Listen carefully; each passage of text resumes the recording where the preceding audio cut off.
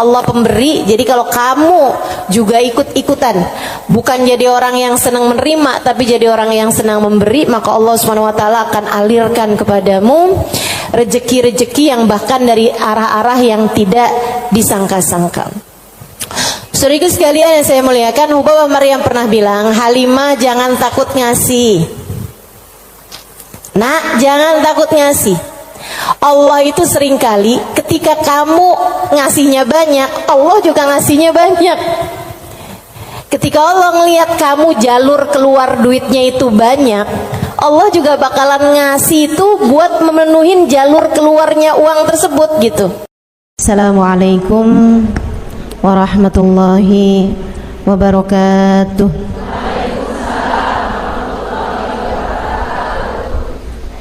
Alhamdulillah, wassalatu wassalamu ala Rasulillah Muhammad ibn Abdillah wa ala alihi wa sahbihi wa man wala. Subhanaka la ilma lana illa ma 'allamtana innaka antal alimul hakim.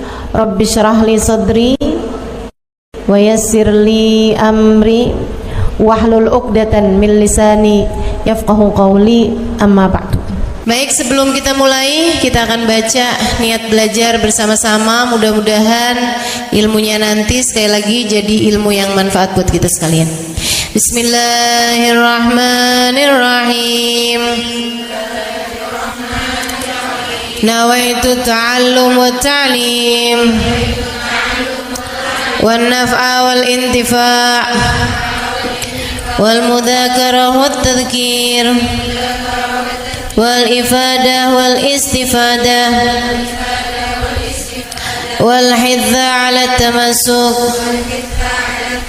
bi kitabillah wa sunnati rasulillah sallallahu alaihi wa alihi wasallam wa du'a ilal huda wa dilalata alal khair ibtigha'a mardati wa qurbih wa thawabih wa husnil khatimah ma'al lutfi wal afiyah wa salahil aqibah birahmatika ya arhamar rahimin. La hadratin Nabi Muhammad sallallahu alaihi wasallam wa alihi washabihi azwaji wa dzurriyyati wa ahli baiti wasallimu jamil anbiya wal mursalin wal kulli ajma'in anna Allah yaghfir lahum wa yarhamhum wa ya'li darajatihim fil jannah wa yanfa'una barakatihim wa asrarihim wa anwarihim wa ulumihim wa nafaatihim fid din wa dunya wal akhirah. Al-Fatihah, baca bersama-sama. A'udzu billahi minasy syaithanir rajim. Bismillahirrahmanirrahim. Alhamdulillahi rabbil alamin arrahmanir rahim maliki yaumiddin iyyaka na'budu wa iyyaka nasta'in ihdinas siratal mustaqim siratal ladzina an'amta 'alaihim ghairil maghdubi 'alaihim waladdallin. Amin. Taqabbalallahu minna wa minkum, taqabbal ya karim. Allah tuh mau ngasih rezeki sama orang nggak pakai ada hitung-hitungannya, gitu kan? Pokoknya itu urusan langit, udah bener-bener yang Allah bilang rizqukum fis samai wa ma tu'adun, kata Allah. Rezeki kalian sudah selesai aku atur dari langit. Rezeki kalian sudah selesai aku atur dari langit. Saudaraku sekalian yang saya muliakan, nah kalau kita kepengen gitu kan kayak rezekinya digampangin, cara dapetnya gampang, menyenangkan, itu juga sama Allah udah dikasih clue-cluenya. Salah satu cluenya adalah dengan rajin sedekah. Salah satu cluenya adalah dengan rajin memberi, bukan hanya sedekah. Sedekah itu untuk orang yang kita tahu memerlukan, tapi kalau memberi buat siapapun, termasuk kita ngasih sama orang yang kita sayangi, ngasih hadiah, begitu ya. Buat orang tua kita mampu, tapi kita seneng aja ngasih hadiah sama mereka gitu. Misalnya kita suka ngasih kepada saudara-saudari kita, kakak adik kita, walaupun kita tahu dia mampu, tapi misalnya kita habis jalan-jalan condet, kita beliin duku, udah nggak ada ya, kita beliin salak condet kan, dulu mah masih ada tuh, ingat tuh, gitu. Saudara sekalian yang saya muliakan, itu memperbanyak rezeki, mempermudah rezeki, mempermudah jalurnya rezeki yang sudah Allah Subhanahu wa taala bagikan kepada kita, teman-teman saya sekalian. Nah, ini saya ingat ucapan Hubabah Maryam Al-Haddar, guru saya almarhumah.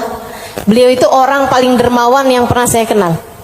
Pasti ada banyak orang-orang dermawan, tapi orang paling dermawan yang saya kenal Hubabah Maryam Al-Haddar. Saudara sekalian, beliau tuh kalau bepergian bisa jadi lupa bawa uang buat belanja, lupa bawa uang buat apa, tapi nggak pernah lupa bawa uang buat sedekah. Karena memang ini orang satu senengnya ngasih luar biasa. Siapapun aja dia kasih. Anak-anak ketemu dia kasih, orang tua ketemu dia kasih. Dan dari Hubabah Maryam tuh saya juga jadi ngerti bahwa ternyata semua orang suka dikasih. Subhanallah lah, semua orang tuh seneng aja dikasih gitu. Walaupun dia orang mampu sekalipun gitu ya, tapi kalau dikasih tuh kok seneng aja gitu. Betul nggak? Ini yang katanya Nabi Muhammad, tahadau tahabu, saling beri hadiahlah kalian, maka kalian akan semakin saling sayang, semakin saling cinta. Makanya para ibu mesti yang besar hati buat selalu bisa ngasih sama anak-anaknya, para istri ngasih buat suaminya, begitu kan ya, saudara ngasih buat saudaranya dan seterusnya gitu. Itu memang adalah bagian dari kita pengen cari ridha Allah SWT. Irhamukillah dengan cara memberi tersebut itu ya, ngambil sifatnya Allah SWT. Allah tuh mu'ti, Allah pemberi. Jadi kalau kamu juga ikut-ikutan, bukan jadi orang yang senang menerima, tapi jadi orang yang senang memberi, maka Allah SWT akan alirkan kepadamu rezeki-rezeki yang bahkan dari arah-arah yang tidak disangka-sangka. Saudara sekalian yang saya muliakan, Hubabah Maryam pernah bilang, Halimah jangan takut ngasih. Nak, jangan takut ngasih. Allah itu seringkali ketika kamu ngasihnya banyak, Allah juga ngasihnya banyak. Ketika Allah ngelihat kamu jalur keluar duitnya itu banyak, Allah juga bakalan ngasih itu buat memenuhin jalur keluarnya uang tersebut gitu. Kata Hubabah kayak begitu, jangan takut buat ngasih, nak, jangan takut buat ngasih. Subhanallah, itu sering saya inget-ingetin tuh, jangan takut buat ngasih, jangan takut buat ngasih. Kadang-kadang tuh orang punya banyak aja, kalau mau keluarin duit tuh kayak disuruh keluarin separuh nyawa gitu, penuh perhitungan ya. Makanya ada satu cerita, salah satu dari habaib teriak-teriak manggil anaknya. Misalnya anaknya namanya siapa? Husein misalnya. Sen, Sen. Anaknya sebelah saya ada yang namanya Husein. Sen. Si Husein ini kan dia dengar panggilan tapi dia nggak tahu ayahnya ada di mana. Dia bilang, "Ma, Abah ada di mana sih, Bah? Ini Husein, Bah. Lebek, Bah." Kata abahnya, kamar mandi, nak. Iya, Bah. Dikirain suruh ngambil sabun, apa kehabisan odol gitu kan. Sen, tolong ambilin duit Abah, nak. Ada di gesper Abah warna hijau. Iya sih. Habaib-habaib kita suka punya gesper warna hijau. Gespernya habaib tuh ya. Jadi gespernya dipakai bukan buat celana panjang, tapi buat sarung. Ada yang tahu nggak? Anak-anak zaman sekarang nggak pada tahu nih, nggak seru ah.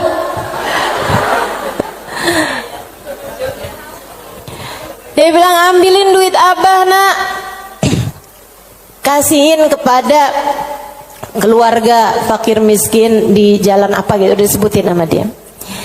Dikerjain sama anaknya saat itu juga, diambil uangnya kemudian diserahkan kepada keluarga yang dimaksudkan sama abahnya. Habis dia pulang, dia bilang sama abahnya, "Bah, abah kenapa sih bah sampai repot-repot lagi di kamar mandi, bukan nunggu aja ntar keluar." Abahnya bilang, "Nak, kalau keluar setannya lain lagi." Emang sedekah tuh kalau nggak cepet-cepet dikeluarin lain lagi tuh. Coba aja kamu ngeliat orang nih, ya ampun kesian banget, mau ngasih nih kayaknya 100.000 deh misalnya gitu. Kita inget nih di dompet kita ada 100 ribuan gitu kan, pas kita buka dompet, tapi banyak juga loh orang kayak gitu, 50.000 aja apa ya gitu. Kelihatan ada duit yang hijau 20 ribuan, terakhir keluarnya berapa? 5.000. Ada yang pernah begitu? Mana orangnya? Saya. Urusan sedekah luar biasa. Kalau nggak cepet-cepet dikerjain, luar biasa setannya teman-teman sekalian. Makanya mudah-mudahan Allah Subhanahu wa taala selamatkan kita dari segala sifat pelit-pelit ini nih. Baik itu yang namanya syuh ini udah pelit yang banget pelitnya, ataupun bakhil orangnya ya. Kalau yang tadi atas syuh orangnya namanya syahih. Kalau yang kedua nih bakhil, yaitu orang yang pelit sama apa yang dia punya, ama yang jadi miliknya dia mau ngeluarinnya tuh penuh dengan perhitungan. Dan gayahnya, puncaknya orang pelit yang kayak beginian nih, puncaknya pelit adalah dia sampai berusaha untuk bisa yang wajib-wajib pun jadi nggak wajib. Gimana caranya gitu? Kayak bayar zakat gitu kan, mikir-mikir mau bayar zakat harta 2,5% dari harta kita di akhir tahun. Itu kan kalau mau dicari-cariin jalannya biar nggak keluar zakat, bisa teman-teman, bisa. Terutama nih orang-orang kayak saya nih, belajar fikih kelamaan, belajar fikihnya lama, saya tahu persis cara mengelabui hukum Islam. Tetapi teman-teman saudaraku sekalian, ilmu ini walaupun saya mengetahuinya, saya tidak akan mengamalkannya buat diri saya pun juga buat orang lain. Kenapa gitu? Kamu sedang mengelabui siapa? Bukankah Allah Maha tahu segalanya? Kamu mau nih gimana caranya biar duit saya nih nggak saya zakatin? Oh, kamu begini. Misalnya gitu ya. Sekedar dirubah bentuk duitnya itu. Jadi tanah, jadi rumah, kan zakatnya setahun lagi. Bisa aja kayak begitu. Akan tetapi teman-teman saudaraku sekalian, sekali lagi ini pengelabuhan urusan dunia. Tapi kalau urusan di hadapan Allah Subhanahu wa taala, Allah tahu segalanya.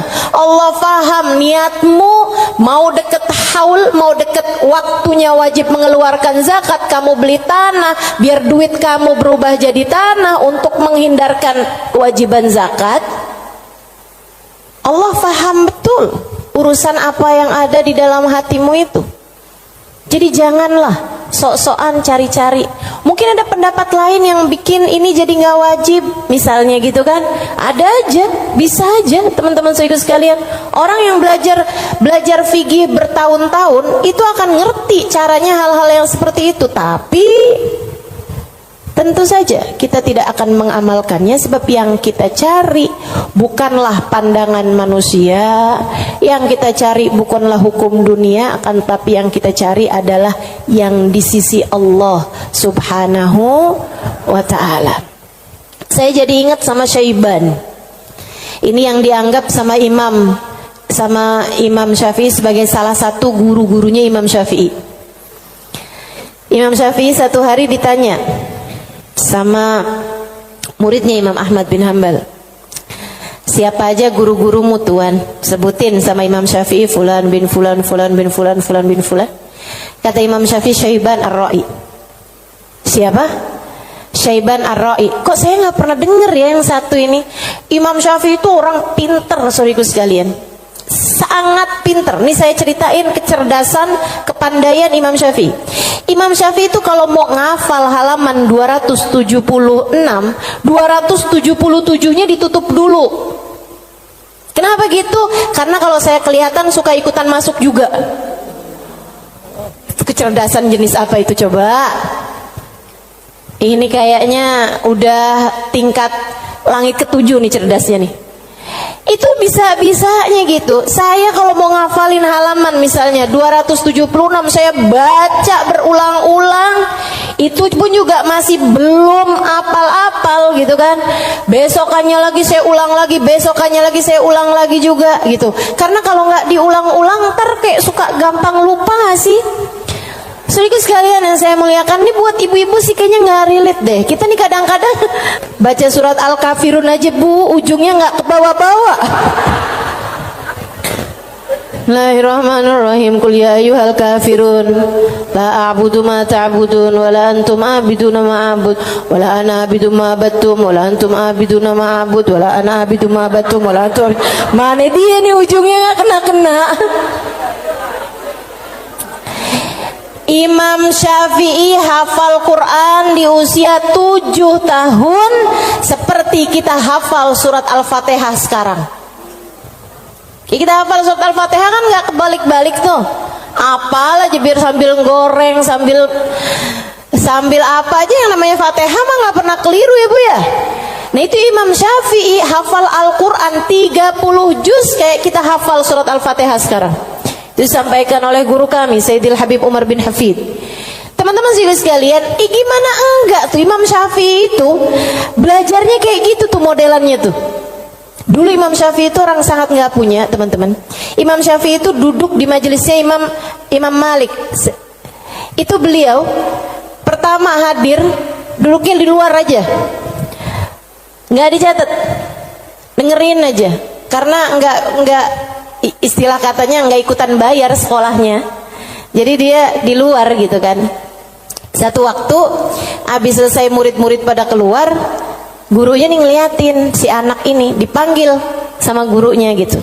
Terus tanyain, belum Imam Malik ini ya, gurunya yang masih awal, masih dasar. Tanyain gitu, nak, tadi apa yang saya terangkan? Dia bisa ngulangin semua yang diterangin sama gurunya 100%. Habis itu gurunya bilang, nak kenapa kamu nggak duduk di kelas saya? Dia bilang, karena saya nggak ikutan bayaran. Nggak apa-apa, duduklah nak di kelas saya akan berbangga dengan kamu bisa duduk di kelas saya. Dah tuh Imam Syafi'i. Kalau mau ngafalin halaman sebelah, halaman yang sesudahnya tuh ditutup dulu sama beliau, karena gampang banget masuk, asal kelihatan kelebetan udah langsung masuk. Kecerdasan yang luar biasa teman-teman saudaraku sekalian yang saya muliakan. Nah ini satu waktu ditanya sama muridnya Imam Ahmad bin Hambal, guru-gurumu siapa aja tuan? Sampein si ini. Kenal, rata-rata Imam Ahmad bin Hambal kenal, mereka adalah ulama-ulama pada masa tersebut gitu, yang disebut sama Imam Syafi'i, Syaiban Ar-Ra'i. Baru nggak kenal. Siapa tuh Syaiban Ar-Ra'i? Ra'i dia bilang, kata Imam Syafi'i, tukang gembala kambing. Penasaran, pengen dong kenal. Oh ya, nanti saya akan ajak kamu. Satu hari diajak nih sama Imam Syafi'i, Imam Ahmad bin Hambal diajakin pergi ke tempatnya Syaiban Ar-Ra'i. Di mana diajakinnya? Di tempat gembalaan kambing. Sambilan tuh kambing digembala, Syaiban sholat. Kambingnya semua makan rumput, dianya sholat. Habis saya sholat, di Imam Syafi'i sama Imam Ahmad bin Hambal duduk di situ. Assalamualaikum warahmatullahi wabarakatuh Syaiban. Waalaikumsalam warahmatullahi wabarakatuh. Syaiban, saya nih datang kemari nih, katanya Imam Ahmad bin Hambal, karena Imam Syafi'i waktu saya tanya salah satu gurunya, dia menyebutkan dirimu wahai Syaiban. Emang Syafi'i ini ada-ada aja, tawadu kan, bukan yang ya gitulah saya. Walaupun saya kelihatannya penggembala kambing ya, tapi jangan remehkan. Saya gurunya Imam Syafi'i, enggak gitu. Dia bilang, Imam Syafi'i ini emang ada-ada aja. Bagaimana mungkin penggembala kambing seperti saya jadi gurunya Imam Syafi'i? Kata Imam Syafi'i, Syaiban, Saya datang kemari ini mau bertanya beberapa permasalahan. Oh iya, boleh. Apa pertanyaanmu?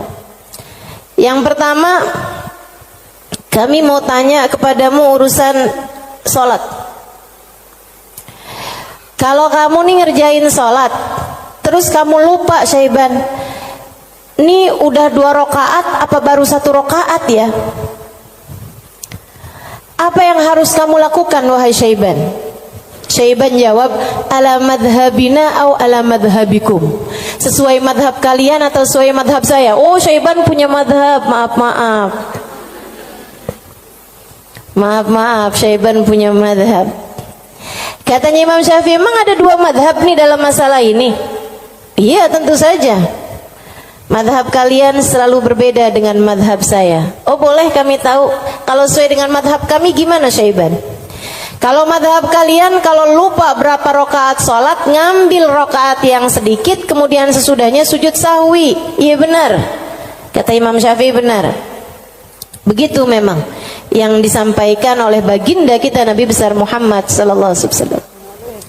Kalau madhab kalian gimana Syaiban? Kata Syaiban, kalau madhab kami, madhab ahli tasawuf, madhab hamba-hamba dekat dengan Allah Subhanahu wa taala, madhabnya para wali lah boleh dibilang. Dia bilang kalau kami sholat menghadap Allah tapi kami sampai lupa berapa rakaat kami menghadap kepadanya, artinya kan pikirannya kemana-mana. Dia adalah orang yang sudah kurang ajar kepada Allah. Dia harus dihukum dengan puasa setahun dan qiyamul lail setahun. Itu hukuman buat orang, itu pelajaran buat orang yang bisa sampai lupa ngadep sama Allah Subhanahu wa ta'ala.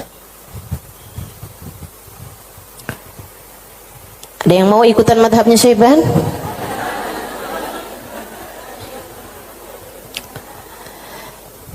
Oke.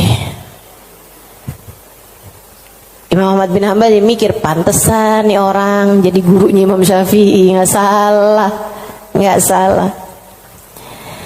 Dia bilang pertanyaan yang kedua, wahai Syaiban, ini saya mau nanya urusan zakat. Baik. Ini kan kamu kan punya banyak kambing nih Syaiban nih. Yang kamu gembalakan nih kambing-kambing mau bukan? Iya, kambing saya, kata Syaiban. Ada kayak berapa ekor lah kambingnya.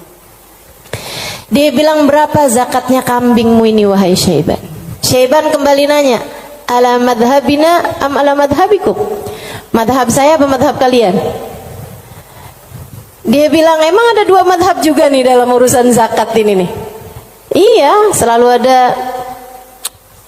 opini-opini, pemahaman-pemahaman dalam urusan agama. Dan teman-teman, agama Islam ini satu-satunya agama yang memperbolehkan kamu untuk bahkan menyuruh kamu untuk selalu berpikir. Agama yang paling natural, agama yang sesuai sama pola pikir manusia. Kamu harus berpikir biar selamat dari api neraka. Kamu harus berpikir, gitu kan? Bahkan Allah ketika menceritakan tentang orang-orang ahli neraka, lahum qulubun la yafqahuna biha, kata Allah. Mereka punya hati, punya pikiran tapi nggak dipakai mikir. Akhirnya jadi ahli neraka. Orang selalu aja tuh fa'tabiru ya ulil albab, gitu kan? Maka ambillah pelajaran dari sini wahai yang berpikir. Disuruh berpikir. Kita ini dalam Islam ini disuruh berpikir, nggak boleh kayak yang udah ini doktrinnya agama, udah ikut aja, nggak bisa. Islam ini adalah agama yang selalu memerintahkan kamu buat berpikir. Makanya Syaiban kepikiran tuh jawaban-jawaban yang tidak sesuai dengan konteks fikih, tapi tidak salah. Teman-teman. Ya orang yang lupa rakaat, kemudian dia merasa bahwa dirinya adalah seorang yang kurang ajar sama Allah Subhanahu wa taala karena menghadap Allah, tapi kepikirannya gelambiar kemana-mana. Kalau dia kemudian menghukum dirinya sendiri dengan puasa sepanjang tahunnya, itu tentu adalah sesuatu hal yang luar biasa tingginya gitu. Seseorang yang sudah mencapai tingkat spiritualitas yang sangat-sangat berkelas. Ditanya nih urusan zakat nih. Berapa zakatnya wahai Syaiban? Katanya Syaiban, ala madhabina am ala madhabikum? Sesuai dengan madhab kalian apa sesuai dengan madhab saya? Kalau madhab kami gimana Syaiban? Orang kan buat tahu kan mesti tahu perbandingannya.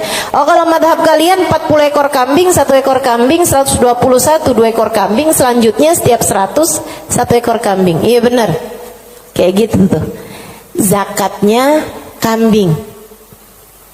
Menurut Islam sesuai dengan apa yang sudah diajarkan baginda kita Nabi besar Muhammad. 40 1 ekor kambing, 121 2 ekor kambing, selanjutnya setiap 100 1 ekor kambing. Jadi kalau kamu punya 900 ekor kambing berarti 9 ekor gitu. Kalau menurut madhab kalian gimana wahai Syaiban? Syaiban kemudian menjawab, kalau madhab kami, saya ini budak, budaknya Allah. Innama ana abd, saya ini adalah budak, budaknya Allah. Dan seorang budak tidak memiliki harta, sebab semua harta budak adalah harta majikannya. Dan itu benar, harta budak adalah harta majikannya. Jadi kambing-kambing saya ini, ya udah, terserah Allah aja. Kalau diperlukan saya kasih, kalau nggak diperlukan nggak saya kasih. Kalau kemudian misalnya nih punya kambing 20 gitu kan, tapi nih lagi ada orang mau ngawinin nih, perlu 3 ekor kambing, ya udah keluarin 3 ekor kambing. Saya nggak pernah merasa memiliki kambing-kambing saya. Berapapun yang diperlukan akan saya keluarkan, sebab bukan milik saya, semua hanyalah milik Tuan saya. Saya hanyalah budak, yang saya miliki adalah miliknya Tuan saya.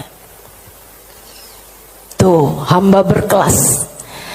Makanya mereka tuh ngeluarin duit sebanyak apapun nggak pernah merasa berat. Kenapa?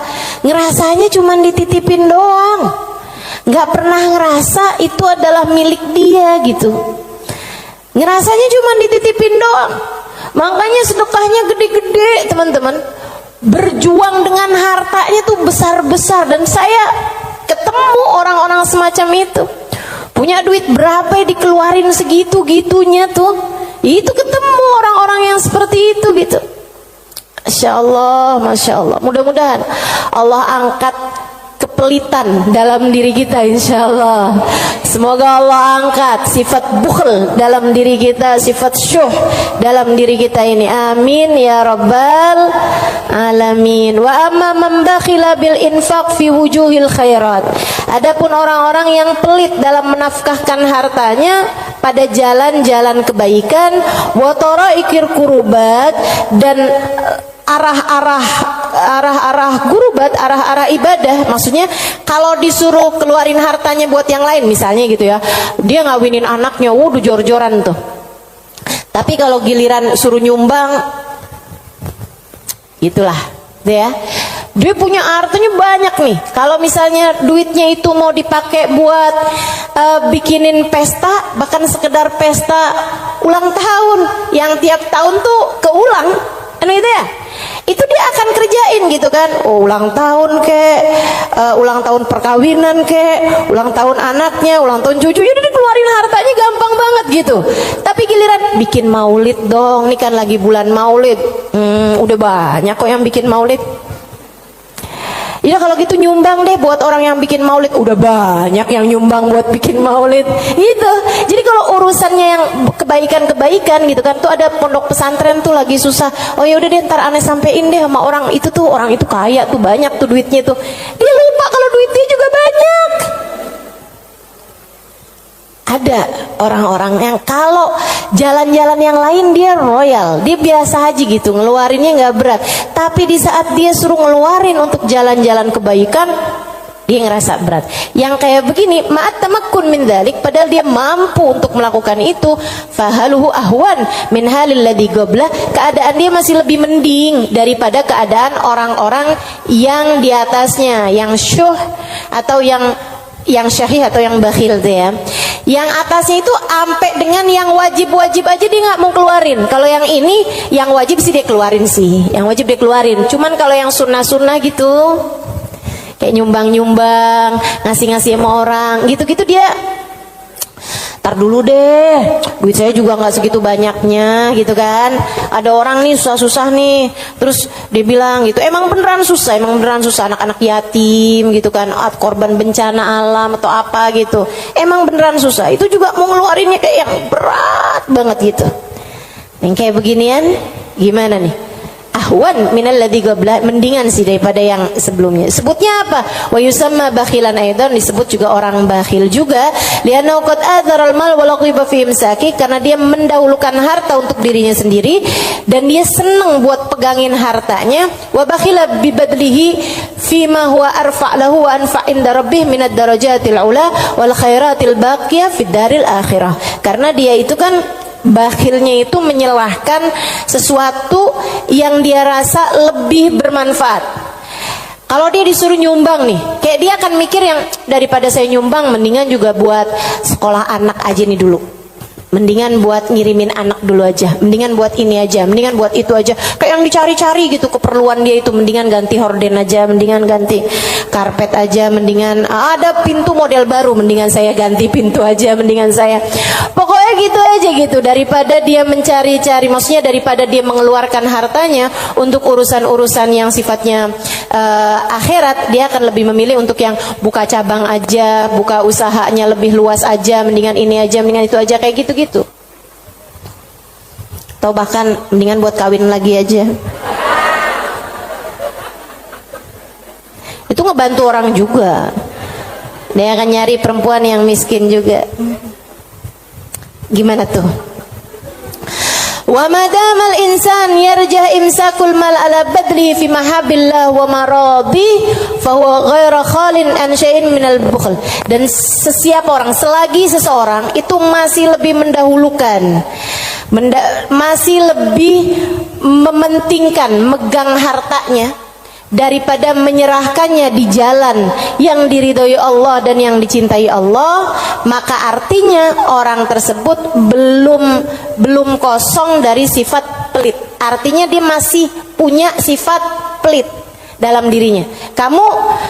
Uang kamu nih antara kamu serahkan buat beli sesuatu duniawi, sama kamu serahkan buat kepentingan akhirat, kamu ringanan mana?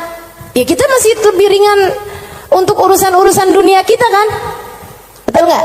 Atau untuk antara kamu keluarkan di jalan Allah dengan kamu tabung, kamu masih beratan mana?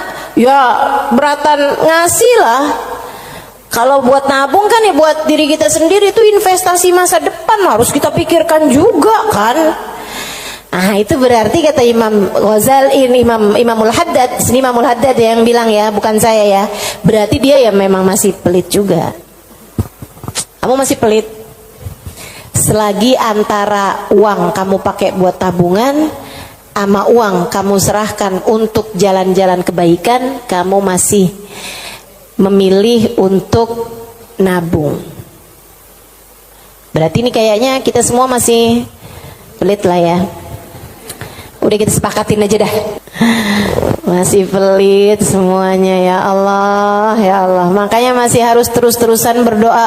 Allahumma inni a'udzubika minal ajzi wal kasal wa'ud. Allahumma inni a'udzubika minal hammi wal hazan wa a'udzubika minal ajzi wal kasal wa a'udzubika minal jubni wal bukhl wa a'udzubika min ghalabatid dain wa qahrir rijal. Itu masih harus terus-terusan kita baca teman-teman, tiap hari, tiap pagi kita baca doa itu. Ya Allah, beri kami hidayah untuk bisa ringan tangan dalam memberi, enggak terus-terusan pelit sama apa yang kami miliki ya Allah. Wala yakunul insan jawadan sakhiyan hatta yakuna badrul mal fi mahabbillah arja inda wa ahab ilaih min imsaki. Dan seseorang itu belum bisa disebut dermawan, belum bisa disebut sakhi, belum bisa disebut orang karim, orang dermawan sampai dia merasa bahwa menyerahkan uang di jalan Allah lebih dia sukai daripada menabung, daripada pegang duit itu, daripada dia nggak ngasihnya di jalan Allah gitu. Kalau kamu ngerasa masih ngasih itu lebih berat daripada kamu pegang, nah itu berarti kamu masih pelit. Tapi kalau kamu ngerasa udah yang ngasih lebih kamu sukai daripada kamu pegang, gitu ya, itu berarti kamu adalah seseorang yang dermawan. Udah jadi tambah jauh aja nih kita nih. Fa'lam dalik wa'mal alaih. Ketahuilah hal ini dan amalkanlah. Wallahu yatawalla hudak. Semoga Allah subhanahu wa ta'ala memberikan petunjuk kepadamu. Amin ya rabbal alamin. Wa minal muhlikat, dan salah satu dari sifat-sifat yang dapat menghancurkan seseorang, salah satu dari sifat-sifat penghancur amal ibadah seseorang, salah satu dari sifat-sifat yang dapat meluluh lantakkan dirimu, menurunkan nilaimu di mata Allah subhanahu wa ta'ala adalah al-ghurur, sifat ghurur, tertipu. Apa tuh tertipu? Wa makna, arti tertipu adalah an yulabbisul insan ala nafsih. Dia bikin samar kepada dirinya sendiri, wa yuriyahal umur ala khilafi ma hiya alaih. Dia memperlihatkan kepada nafasnya, kepada dirinya, ala khilafi ma hiya alaih, tidak sesuai dengan fakta yang ada. Wadhalik lidu'fi basiratihi 'ala din, dan yang seperti ini adalah karena lemahnya pemahamannya, basirahnya. Basirah itu pandangan hati, lemahnya pandangan hati dia fiddin, dalam urusan agama, wa qillati ma'rifatihi bihaqaiqi, dan sedikitnya pengetahuan dia dengan hakikat-hakikatnya agama, walijahli li afatil a'mal wa mawaqid syaitan, dan karena yarhamukillah banyak bener sih, ada gak? Walijahlihi, dan karena ketidakfahaman dia biafatil a'mal, dengan penyakit-penyakitnya amal, wa makaid syaitan, dan tipu dayanya syaitan, wali ghalabati hawa nafs alaih, dan karena menangnya hawa nafsu menghadapi dia, wa rukunihi ila amaniha wa khuda'iha, dan karena tenangnya dia dengan angan-angannya dirinya sendiri serta tipu dayanya dirinya sendiri. Waqad qala Allah Ta'ala, dan Allah Subhanahu wa taala telah menyampaikan muhadziran li ibadihi minal ghurur, memberi peringatan kepada hamba-hambanya tentang bahayanya ketertipuan ini. Kata Allah Subhanahu wa taala, ya ayyuhan nas inna wa'dallahi haq, wahai sekalian manusia, sesungguhnya janji Allah itu benar. Fala taghurranakumul hayatud dunya, janganlah kehidupan dunia menipu kalian, wala taghurrannakum wala yaghurrannakum billahil ghurur, dan janganlah ghurur, tipu daya, menipu kalian dari Allah Subhanahu wa taala.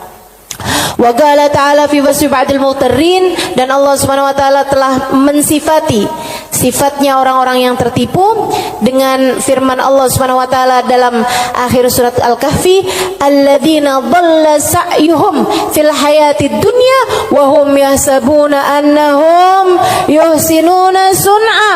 Mereka adalah orang-orang yang sesat jalan mereka di dunia, akan tetapi mereka menyangka bahwasanya mereka telah berbuat banyak kebaikan-kebaikan dunia. Banyak banget nih.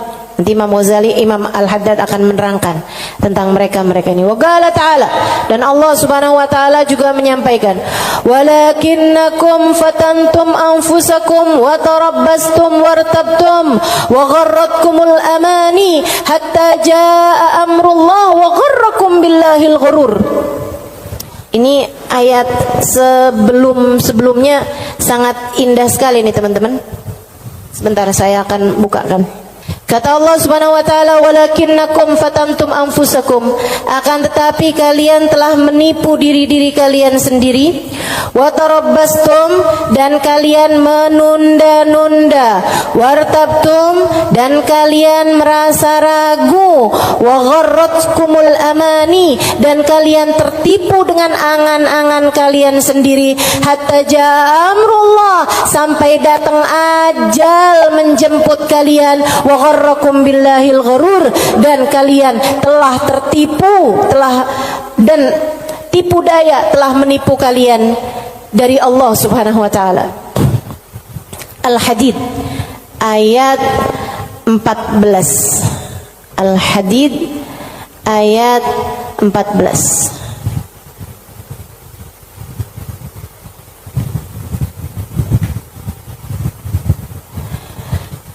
Al-Hadid ayat 14.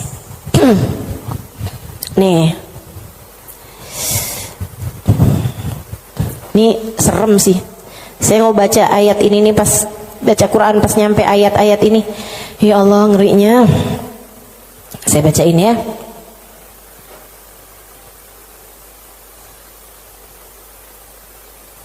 Dari mana ya enaknya nih ya? Dari ayat 11 deh. Al-Hadid dari ayat 11. A'udzu billahi minasyaitonir rajim. Man dzalladzi yuqridullaha qardan hasana fayudha'ifahu lahu wa lahu ajrun karim. Kata Allah, siapa di antara kalian yang mau menghutangi Allah? Ini Allah nih dari taunya orang-orang tuh ama hartanya tuh medit banget, pelit banget, sampai Allah bilang, kamu di saat sedekah, kamu nggak lagi ngasih buat orang, kamu lagi ngasih hutangan kepadaku, kata Allah. Kamu lagi ngasih tuh, kamu lagi ngasih hutang sama aku, kata Allah. Man dzalladzi yuqridullaha qardan hasana, siapa yang menghutangi Allah dengan hutangan yang bagus. Hutangan yang bagus tuh ada orang miskin dikasih. Ya, ada orang yang kepengen sekolah, nggak mampu sekolah, kamu sekolahkan. Ada janda-janda yang kepengen usaha, nggak punya modal, kamu modalin, gitu kan? Ada orang tua-tua yang emang udah nggak bisa lagi usaha, kamu berikan nafkah bulanan kepada mereka gitu. Ada yang lagi ngebangun misalnya pondok pesantren atau masjid yang memang tidak akan kembali berupa keuangan ya, maksudnya secara langsung gitu kan. Nah itu semuanya ini disebut sebagai jalan-jalan kebaikan. Allah menyebutnya sebagai qardhan hasana, hutangan kepada Allah. Kenapa Allah bahasanya sampai pakai utang? Dan yang hutang itu Allah, kayak Allah tuh lagi yang tenang, utang, aku akan bayar. Dan aku kalau bayar nggak main-main, aku lipat gandakan minimal 10 kali lipat. Dan teman-teman, saya sih nggak tertarik sama urusan 10 kali lipat. Kamu sedekah, balik 10 kali lipat. Saya nggak terlalu tertarik sama itu. Saya tertarik sama sesuatu yang kita nggak bisa beli pakai uang. Yang kita nggak bisa beli pakai uang, itu yang lebih membuat saya tertarik ketika bersedekah. Maksudnya gini nih, kalau misalnya kayak kalau kamu ngasih 100.000, Allah bakal gantikan dengan 1 juta, 10 kali lipat kan? Saya nggak terlalu tertarik sama yang begituan. Saya lebih tertarik kalau kamu kasih 100.000, Allah akan berikan kepadamu Halimah sesuatu hal yang bahkan kamu nggak bisa belinya dengan uang. Dan itu nyata teman-teman. Kamu nggak bisa beli kesolehan anakmu. Mau beli di mana? Mau beli di mana? Kamu pergi cari apapun, kamu nggak bisa beli kesolehan anakmu. Kayak apa rasanya kamu bangun di waktu malam, terus kamu lihat, kok kamar anak saya nih lampunya masih nggak gelap semuanya ya. Biasanya kalau tidur dia gelap semua. Kamu buka pelan-pelan kamar anakmu, karena memang kamu udah bilang sama anakmu untuk kalau tidur jangan dikunci misalnya gitu. Kamu buka kamar anakmu dan di sanalah kamu lihat di jam 2 malam, jam 3 malam dia sedang bersimpuh di atas sejadahnya. Kamu bisa beli di mana hal kayak begituan? Saudariku sekalian yang saya muliakan, kamu punya anak-anak hatinya baik-baik. Bahkan kamu punya suami hatinya menyayangi kamu dengan tulus, bisa beli di mana? Kamu memutuskan untuk pakai skincare, pasang filler, kamu udah sulam alis, sulam bibir, kamu bahkan mungkin oplas, nambahin tingginya hidung, belum tentu bikin hati suamimu sayang padamu, betul? Beli di mana tuh rasa sayangnya suami kepada seorang istri? Belinya sama Allah Subhanahu wa ta'ala. Sebab Allah yang menggerak-gerakkan hati manusia. Saudaraku sekalian yang saya muliakan, Allah tuh kalau kamu kasih hutangan sama Allah Subhanahu wa ta'ala, kamu sedekahkan hartamu di jalan Allah Subhanahu wa ta'ala, Allah bisa bayar kamu dengan hal-hal yang gak bisa kamu beli pakai uang. Keberkahan kehidupan, kesolehan hati anak-anak, rasa sayang, rasa cinta di hati suamimu kepadamu, hati yang damai, kehidupan yang tenang, hati yang bahagia dalam taat pada Allah Subhanahu wa ta'ala. Bahkan hidayah, inayah, taufik dalam dirimu, teman-teman saudariku sekalian. Gimana caranya mau beli?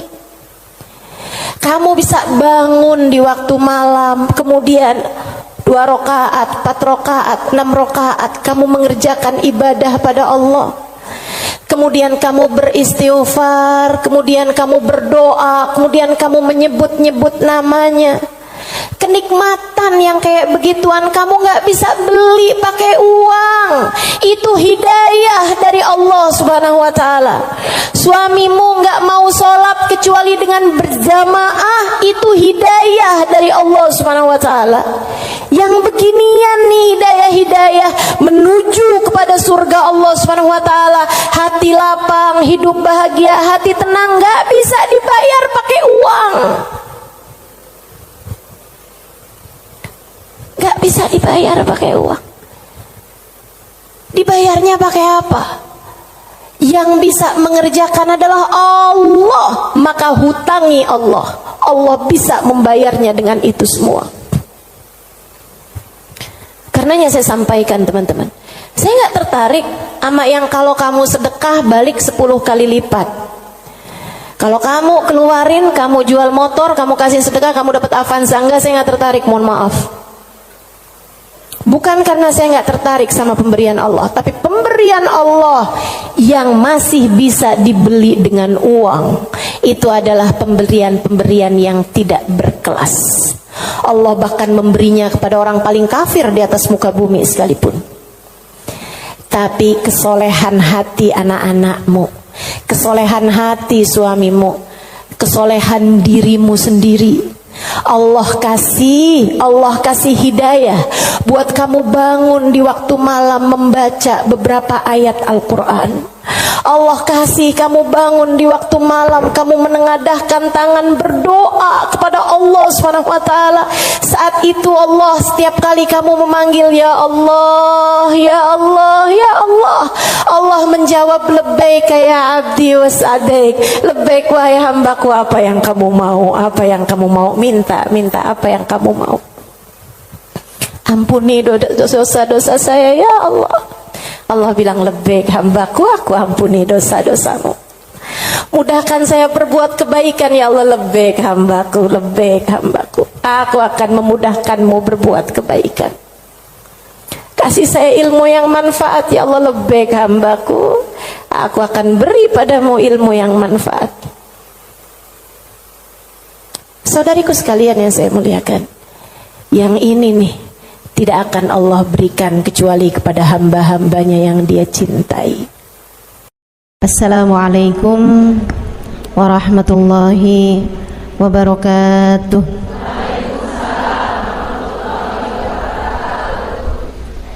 Alhamdulillah, wassalatu wassalamu ala Rasulillah Muhammad ibn Abdillah wa ala alihi wa sahbihi wa man wala.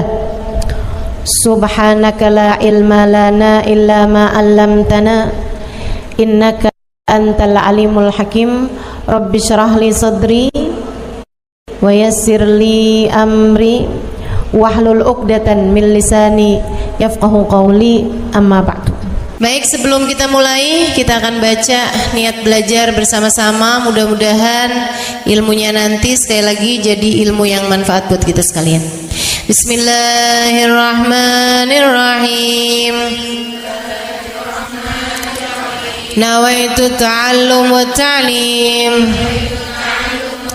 wan naf'a wal intifa' wal mudzakarah wat tadhkir wal ifadah wal istifadah wal hidza ala tamassuk bi kitabillah wa sunnati rasulillah sallallahu alaihi wa alihi wa sallam wa du'a ila al-huda والدلالة على الخير ابتغاء مرضاته وقربه وثوابه وحسن الخاتمة مع اللطف والعافية وصلاح العاقبة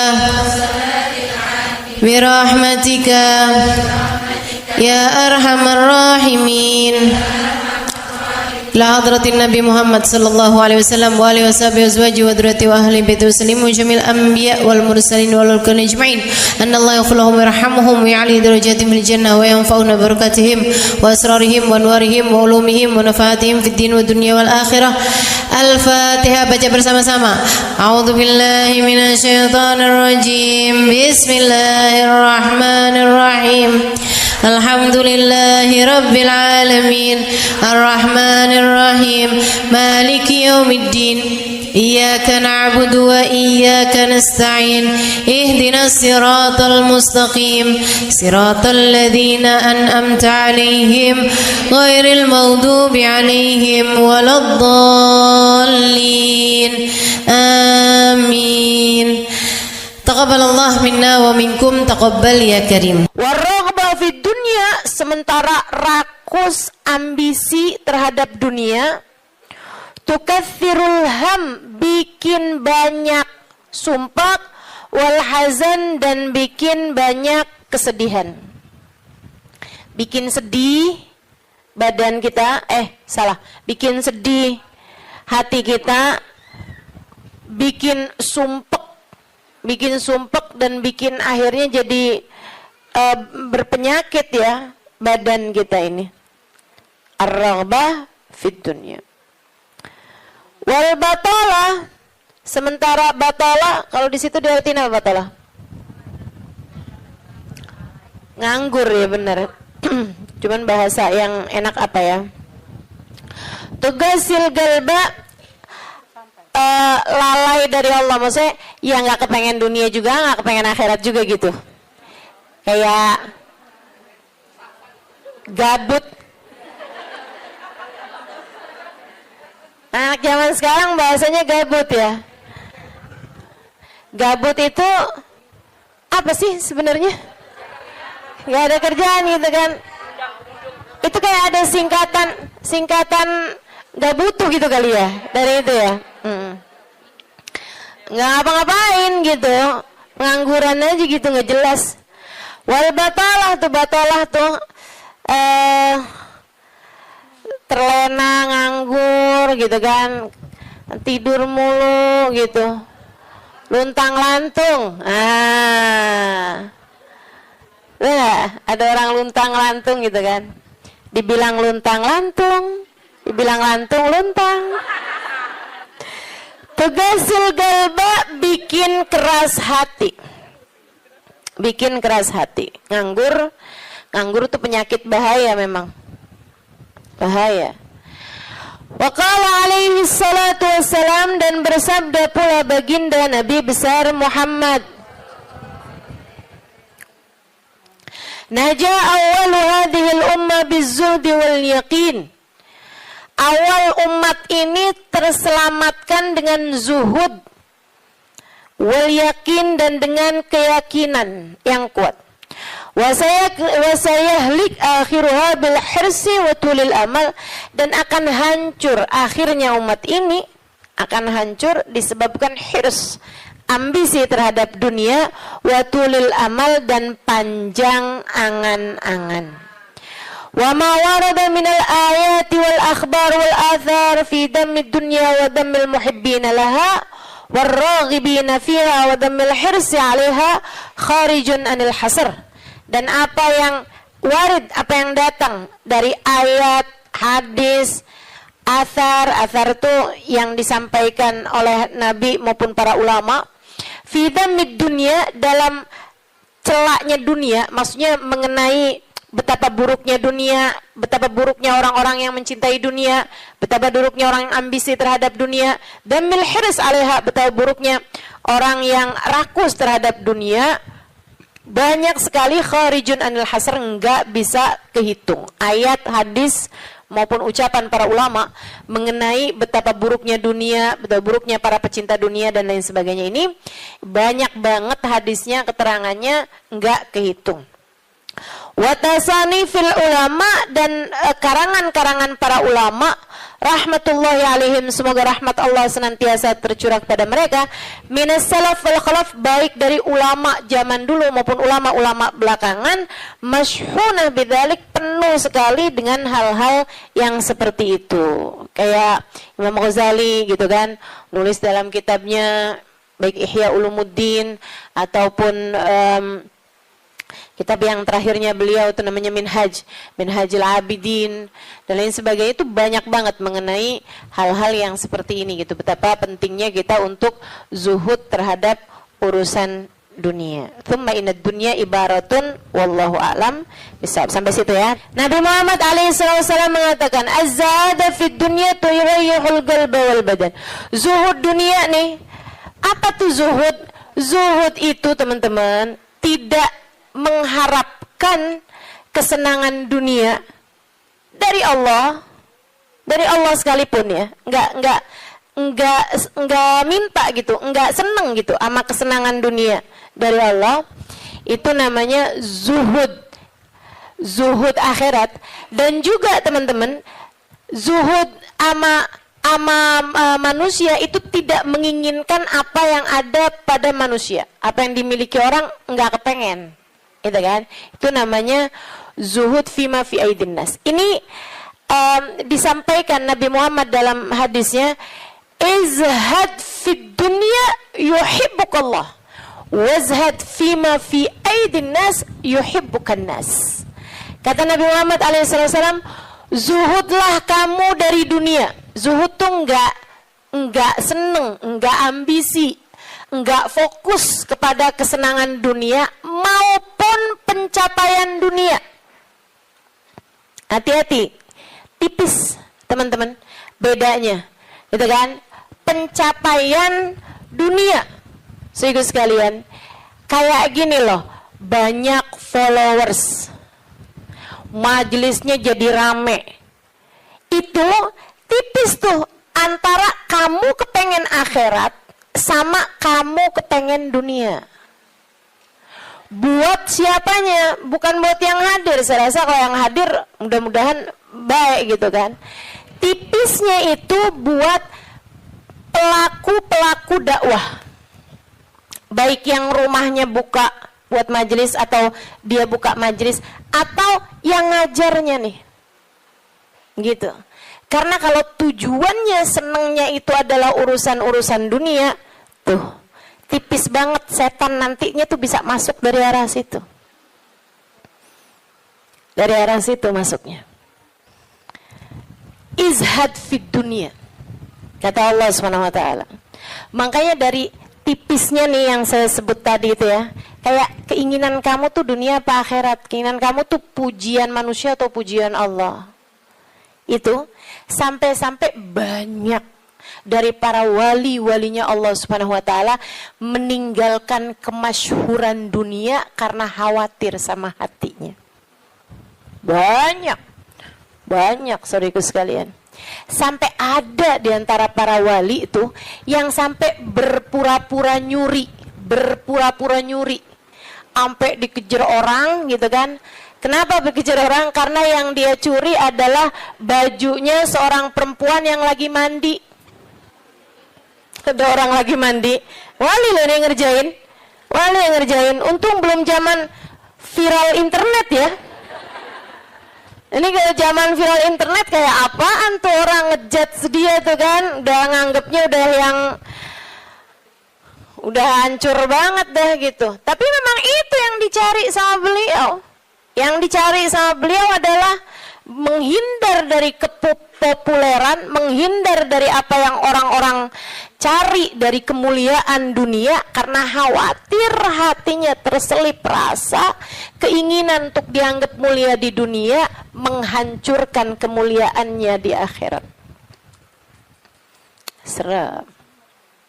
Serem bener buat orang-orang kayak saya yang sama Allah dikasih pegang mic di depan, ya kan? Teman-teman saya sekalian, nggak gampang.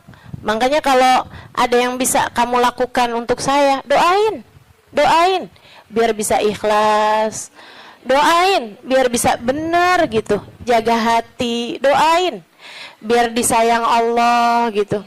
Kesian nih, begitu udah masuk nih setan, teman-teman saya sekalian, setan tuh ya datang ke pedagang beda, datang ke orang awam beda, datang ke ulama beda lagi. Waduh, yang datang ke ulama nih setannya juga ulama. Setannya juga kelas profesional. Gitu kan? Jadi nggak ecek-ecek gitu loh. Setannya juga setan-setan berkelas, teman-teman saya sekalian. Nah, itu kan yang belum tentu selamat gitu. Belum tentu selamat. Masya Allah. Ada tuh zamannya Imam siapa ya? Ada Imam Ghazali cerita dalam Ihya-nya. Kita suka ketawa-ketawa tuh dengerin cerita Imam, maksudnya kau baca ceritanya Imam Ghazali yang begitu-begituan. Kata Imam Ghazali dalam Ihya-nya tuh, ada orang atau di Minhaj ya, wallahu a'lam, pokoknya salah satu kitab Imam Ghazali lah. Imam Ghazali cerita, ada orang dia itu ulama, teman-teman. Cuman ulamanya itu masih suka yang ya gitulah, masih ada kesenangan dunianya. Senang sama popularitas, senang sama dimuliain orang, senang sama ini sama itu. Ada satu ulama khomul, ulama yang lain nih, ulama yang nggak seneng namanya terkenal, nggak seneng, dia nggak seneng sama urusan begituan, urusannya antara dia sama Allah, tapi ilmunya luar biasa. Ulama yang kedua nih, ini ulama yang pertama nih, saya nggak inget namanya gitu ya, dua-duanya nih saya nggak inget namanya. Nah, ulama yang pertama nih, dia lagi khutbah Jumat, teman-teman saya sekalian, dia ngomong sesuatu yang dinisbatkan kepada ulama yang kedua yang nggak senang keterkenalan apa ini, teman-teman. Dia ngomong bahwa saya pernah dengar kayak, kan ada orang-orang itu ya Allah, mudah-mudahan Allah bersihkan hati kita semuanya nih ya. Ada orang-orang yang kalau cerita sama orang lain, bahkan di mic sekalipun, senang menunjukkan kedekatannya sama ulama yang lain atau sama orang-orang yang berilmu, guru-guru apa segala macam gitu kan ya. Yang tujuannya adalah biar orang tahu nih, gua deket sama si ini, gua deket sama si itu. Paham maksud saya? Mudah-mudahan Allah selamatkan hati saya. Mudah-mudahan Allah selamatkan hati kita semua. Sehingga sekalian, dia bilang tentang ulama B nih. Dia bilang, saya pernah dengar Syekh ini mengatakan gitu kan. Syekh itunya hadir di majelis tersebut. Ya. Dan yang diomongin sama Syekh A ini tentang Syekh B itu nggak pernah diomongin sama Syekh B-nya. Paham? Jadi ulama A ini bohong tentang ulama B. Bohongnya di khutbah Jumat cuman untuk menunjukkan betapa dekatnya dia sama ulama B tersebut itu. Dia ngomong kayak begitu, sehingga sekalian, tahu apa yang dikerjain sama ulama B? Ulama B ini yang, kenapa nih anak? Beliau berdiri nyabut bulu ketiak di tengah orang banyak. Beliau berdiri nih. Beliau berdiri kemudian nyabut bulu ketiak. Heh, Syekh, kurang ajar kamu. Ini waktunya khutbah. Saya nggak pasti itu khutbah Jumat atau khutbah yang lain nih ya. Ala kulli hal, Syekh, ngapain kamu di waktunya khutbah, kamu malah cabut bulu ketiak? Duduk Syekh, nggak punya adab. Kata Syekh B ini, kamu yang nggak punya adab nak. Kamu yang nggak punya adab pak. Kenapa kamu mengingatkan saya untuk sesuatu hal yang sunnah? Nyabut bulu ketiak, kalau salah memang hari Jumat ya. Nyabut bulu ketiak hari Jumat hukumnya sunnah. Ala sunnah. Walimada astahi, dia bilang. Kenapa saya mesti malu? Kamu gak punya malu apa depan orang-orang kamu nyabut bulu ketiak? Bulu ketiak itu kan buat laki-laki sama laki-laki nggak aurat. Sesama perempuan aja nggak aurat. Bulu ketiak ya, maaf ya. Teman-teman sekalian, beliau bilang walimada astahi. Kenapa saya mesti malu? Ana ala haq wa anta alal batil. Saya mengerjakan barang hak, kamu mengerjakan barang batil. Dia bilang saya mengerjakan barang hak, nyabut bulu ketiak sunnah hari Jumat. Dia bilang kamu ala batil. Karena kamu menceritakan tentang saya sesuatu yang tidak pernah saya katakan. Saya Syekh Fulan, sebutin nama dia namanya. Ya Allah, merah padam mukanya. Seram teman-teman, seram. Ya gitulah. Kadang-kadang tuh sampai tipis banget keinginan dakwah atau keinginan pamer. Tipis. Setannya tuh ngebisikin sampai kayak suara semut. Katanya Nabi Muhammad alaihi salatu wassalam, "Ar-riya yadhubbu ala ummati kadzabibin naml." Riya itu bersuara di hati umat saya kayak suaranya semut. Nyaris enggak kedengeran. Enggak kedengeran suaranya. Antara kamu seneng agama Allah jadi tinggi atau kamu seneng nama kamu jadi tinggi. Tipis, segaris, bahkan lebih tipis daripada kulit bawang, teman-teman. Oke, mesti terus minta perlindungan sama Allah. Ya Allah, ya Allah, ya Allah, ya Allah. Bimbing terus ya Allah, ya Allah, ya Allah. Gitu.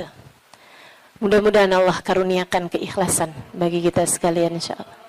Sebab yang namanya pencapaian akhirat teman-teman. Dan pencapaian akhirat kita nggak pernah tahu. Pencapaian akhirat tuh kita nggak pernah tahu. Taunya kapan? Entar di akhirat. Namanya juga pencapaian akhirat. Taunya entar di akhirat.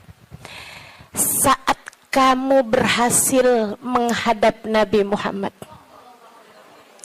Saat namamu menjadi seseorang yang dikenal oleh Nabi Muhammad. Kalau mau bangga tar di sana. Kalau mau bangga ntar di sana. Saat kamu bisa melewati jembatan Sirat secepat kilat.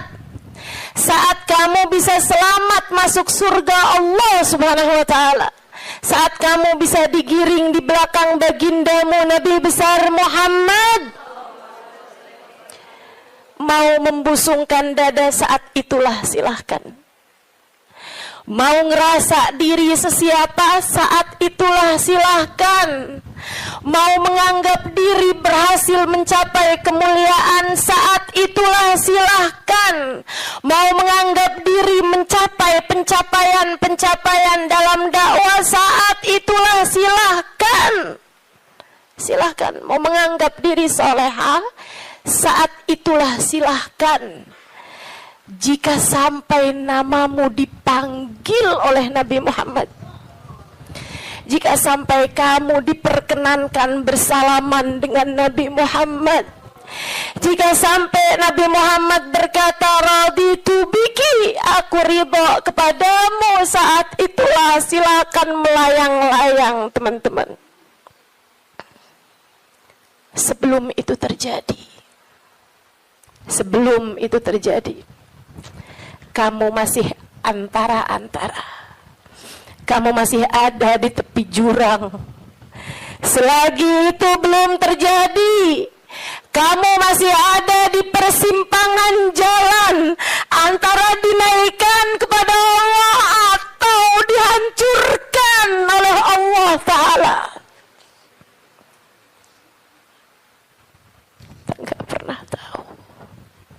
Kita nggak pernah tahu. Makanya selalu minta sama Allah, ya Allah, karuniakan keikhlasan agar ngerti melakukan sesuatu hanya untukmu, ya Allah. Karuniakan keikhlasan, mengajar karenamu, belajar karenamu, buka majelis karenamu, hadir majelis karenamu, nyumbang majelis karenamu. Karuniakan keikhlasan, ya Allah. Salat karenamu, sedekah karenamu, bantu orang karenamu. Begitu enggak lillah, dilepeh sama Allah, teman-teman, jadi apa? Enggak jadi apa-apa. Mau ribuan jamaah, mau kayak gimana yang terjadi juga, kalau dilepeh sama Allah jadi apa? Ditolak sama Allah, mau apa kamu? Mudah-mudahan Allah karuniakan keikhlasan.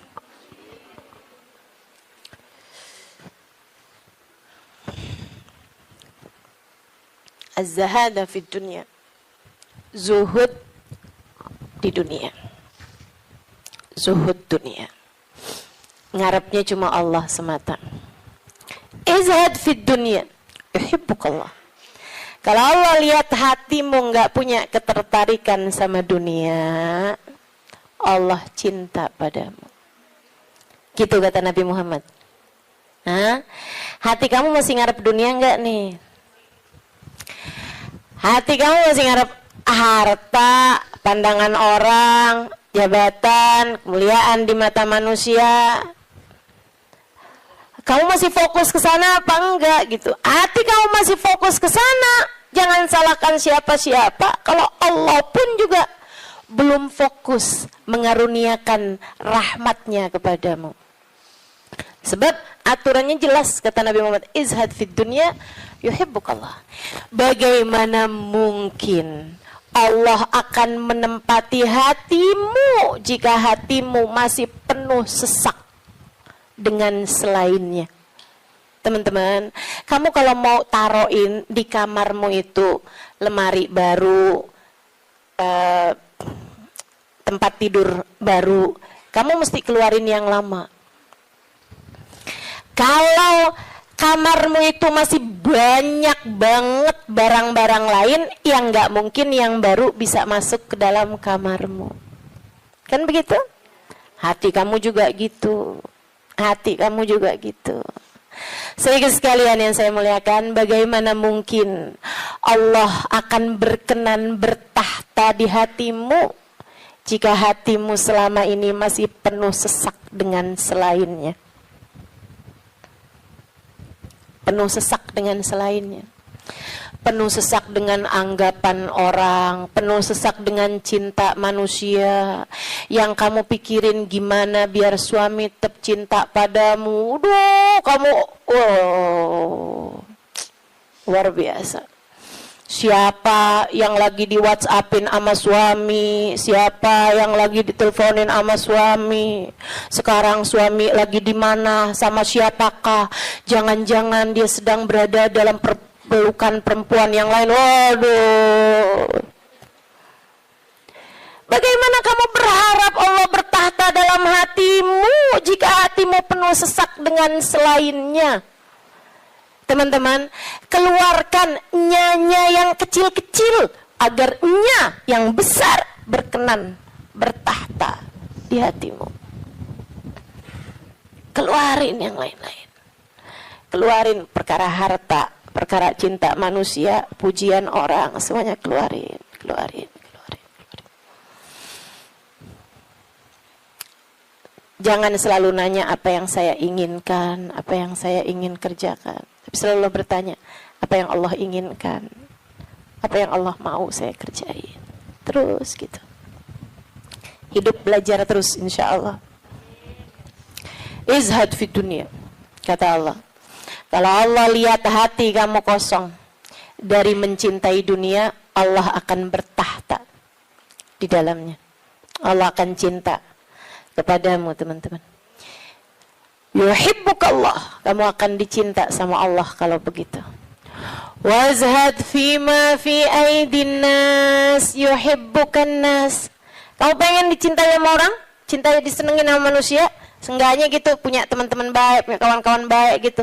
Orang nggak jauh dari kamu, itu juga nggak apa-apa, bagus. Caranya, katanya Nabi Muhammad, izhad fima fi aidin nas. Zuhudlah kamu dari apa yang dimiliki sama orang. Jangan selamitan, jangan kepengen apa yang dipunya sama orang. Orang nggak seneng loh kalau kita tuh kayak yang, ih bagus, mau dong. Nggak seneng, teman-teman. Ustazah kerudungannya cakep-cakep, Ustazah boleh nggak buat saya? Saya gitu. Saya ngomong sama Ustazah Khadijah. Tuh ya. Nggak bagus, teman-teman. Nggak bagus. Dan itu kamu nggak akan disenengin sama orang. Kalau caramu kayak gitu tuh. Minta aja nggak disenengin sama orang, apalagi ngambil. Kan ya? Udah pasti tuh. Orang nggak seneng. Orang itu, teman-teman, punya banyak sekalipun gitu kan. Kalau diminta tuh, kecuali para wali-walinya Allah, kecuali para orang-orang lain itu mah tingkatannya, ya kan. Tapi kalau diminta tuh nggak seneng itu juga gitu. Walaupun mintanya nggak yang dengan bahasa-bahasa yang ini gitu, terus terang, tapi kayak bahasa sindiran gitu kan. Kerudungannya banyak, boleh kali Ustazah, yang ini cakep nih, gitu kan? Enggak boleh, nggak baik kayak begitu. Kamu menurunkan kemuliaanmu, teman-teman. Yang kata Nabi Muhammad tuh, 1 titik hitam di wajahmu di akhirat nanti setiap kali kamu meminta kepada orang lain. Izhad fima fi aidin nas. Apalagi kalau sampai kamu, hati kamu nggak pernah tertarik sama apa yang dipunya sama orang. Oh, dicinta sama Allah. Saya ceritain tuh di buku Bidadari Bumi 2 tentang seorang perempuan yang diceritain sama Hubabah Nur. Sekalian saya muliakan, saya lagi ngobrol sama Hubabah cerita tentang orang ini. Tuh bahwa ada tuh 5 orang tuh. Emang bener nih hadisnya Nabi yang ini bener banget. Ra'aituhu bi'aini, kata beliau. Saya lihat dengan mata saya. Dia bilang ada 1 orang alimah. Itu beliau, si perempuan ini, saya bolak-balik ngelihat di undangan, di kondangan, tuh ya, di pesta-pesta gitu, perkawinan kayak gitulah, kondangan-kondangan, bajunya itu terus. Saya tahu kalau dia ini miskin karena bajunya itu terus, gitu kan? Orang di Tarim itu kalau keluar semuanya pakai baju hitam. Nah, kalau baju hitam kan susah nandainnya kan yang sama semua, betul apa enggak? Sehingga sekalian saya muliakan, makanya saya suka heran gitu, Ustazah Halimah ini fashionable, apa namanya? Bener nggak ngomongnya? Lagi mana? Apa tadi?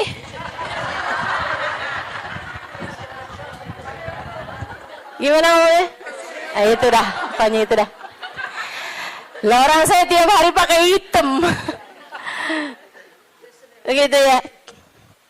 Sehingga sekalian, nah ini kan kalau keluar mah agak susah ditandain karena kan semuanya hitam gitu. Tapi kan kalau pas kondangan tuh, orang sana itu kalau kondangan dalam ruangan semuanya perempuan, mereka dandan.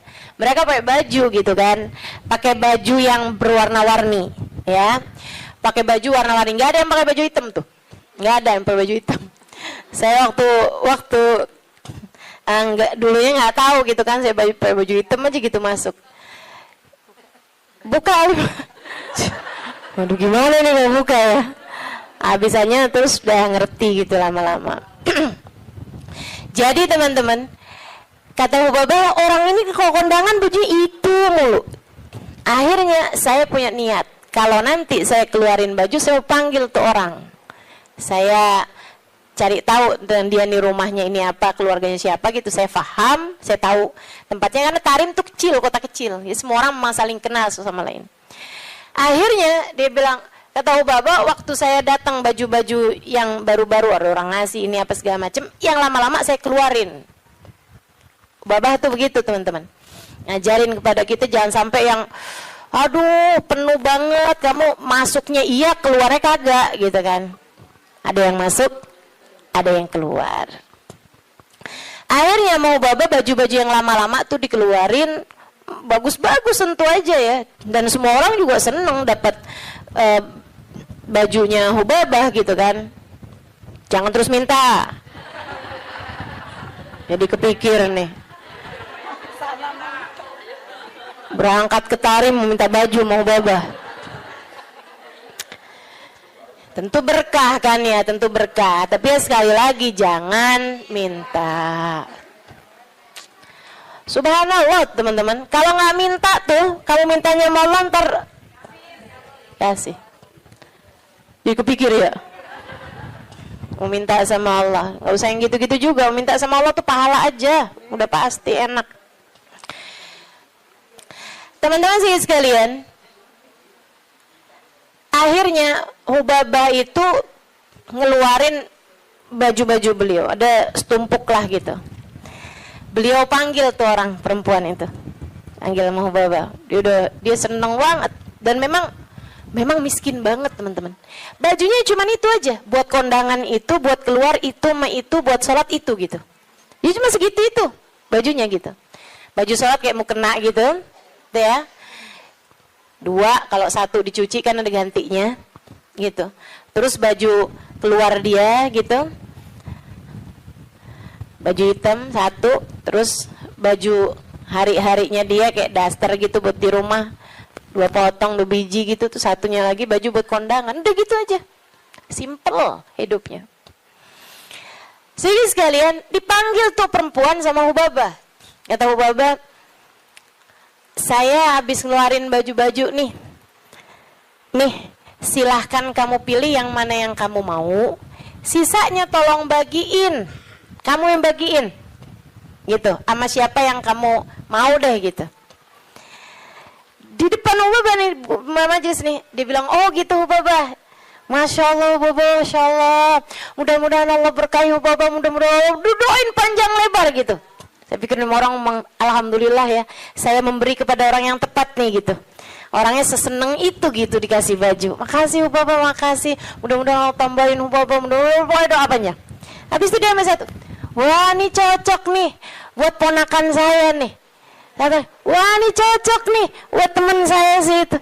Kata lagi, wah cocok nih buat adik saya nih, ini cocok nih buat tangga saya, ini cocok. Sampai habis semuanya, nggak ada satu pun yang buat dia. Kata Hubabah, begitu semuanya buat orang lain tanpa ada satu pun yang buat orang tersebut, ya Allah, 5 saat itulah saya jatuh cinta padanya. Bener banget yang Nabi Muhammad bilang, izhad fima fi aidin nas yuhibbukan nas. Ketika kamu tidak tertarik sama apa yang dipunya sama manusia lain, sama orang lain, justru manusia akan cinta padamu. Manusia ini memang unik. Allah tuh seneng kalau ada orang seneng sama apa yang dimiliki sama Allah, Allah seneng. Allah tuh diminta seneng. Allah itu kalau ada orang tertarik sama apa yang ada pada Allah, surga, gitu kan? Itu kan yang Allah janji-janjikan kan? Allah tuh kalau melihat orang tertarik ke surga, tertarik sama hisab yang mudah, tertarik ke perjumpaan dengan Allah, tertarik, Allah malah seneng teman-teman. Manusia nih justru kebalik. Manusia tuh kalau ada orang tertarik sama apa yang dia punya, malah nggak demen. Terutama perempuan, kalau ada orang tertarik sama suaminya, dia nggak demen banget tuh.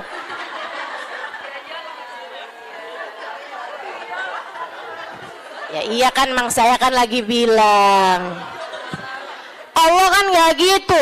Allah punya kekasih namanya Muhammad. Kalau ada orang tertarik sama Nabi Muhammad, Allah seneng banget. Allah cinta banget, ya kan? Tapi kita kan nggak gitu.